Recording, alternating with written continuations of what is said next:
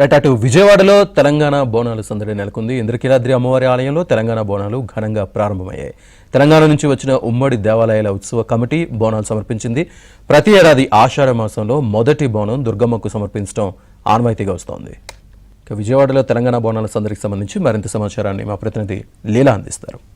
ఇంద్రకీలాద్రి అమ్మవారి ఆలయంలో తెలంగాణ బోనాలు అత్యంత వైభవపేతంగా ప్రారంభమయ్యాయి. ఉమ్మడి దేవాలయాల ఉత్సవ కమిటీ వారు ఈ రోజు అత్యంత వైభవపేతంగా 500 మంది కళాకారులతో అమ్మవారికి బంగారు బోనం సమర్పించేందుకు వచ్చారు.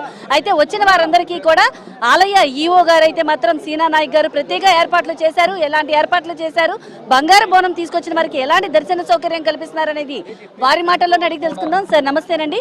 ప్రత్యేకమైనటువంటి ఏర్పాట్లు మనకి తెలంగాణ నుండి బంగారు బోనం వచ్చింది, వారికి ఎలాంటి ఏర్పాట్లు చేస్తున్నారు?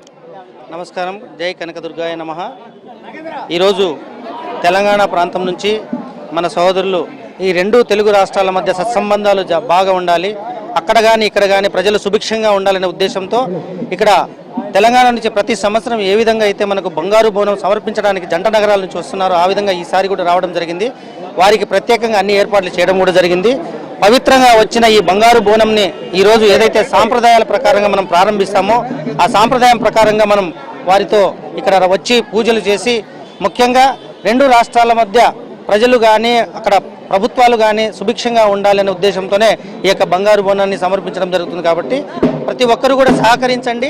ఖచ్చితంగా ఈ యొక్క సాంప్రదాయాన్ని భవిష్యత్తు తరాలకు కూడా మనం అందరం అందించాలి, ఇలాగే కొనసాగాలని చెప్పేసి కోరుకుంటున్నాను. సార్ చెప్పండి, ప్రత్యేకంగా తెలంగాణ నుండి వచ్చారు, అమ్మవారికి ప్రతి ఏడాది ఈ ఆషాఢ మాసంలో బంగారు బోనం తేడం ఆనవాయితీ, మీ చేతుల మీదుగా అమ్మవారికి బంగారు బోనం సమర్పించడం ఎలా ఉంది? మన ఆంధ్ర నుంచి ఈవో గారు మిమ్మల్ని ఎలా రిసీవ్ చేస్తారు? చాలా సంతోషం. అమ్మవారు నాకు ఒక అవకాశం ఇచ్చిండ్రు. ఆ అవకాశం ఆవిడిచ్చిన అవకాశాన్ని సద్వినియోగం చేసుకుంటూ ఈ కార్యక్రమాలు ఏర్పాటు చేయడం జరుగుతుంది. తెలంగాణ రాష్ట్రంలో ఏ విధంగా అయితే ఏర్పాట్లు ఘనంగా చేసే విధంగా జరుగుతుందో ఆంధ్రప్రదేశ్ రాష్ట్రానికి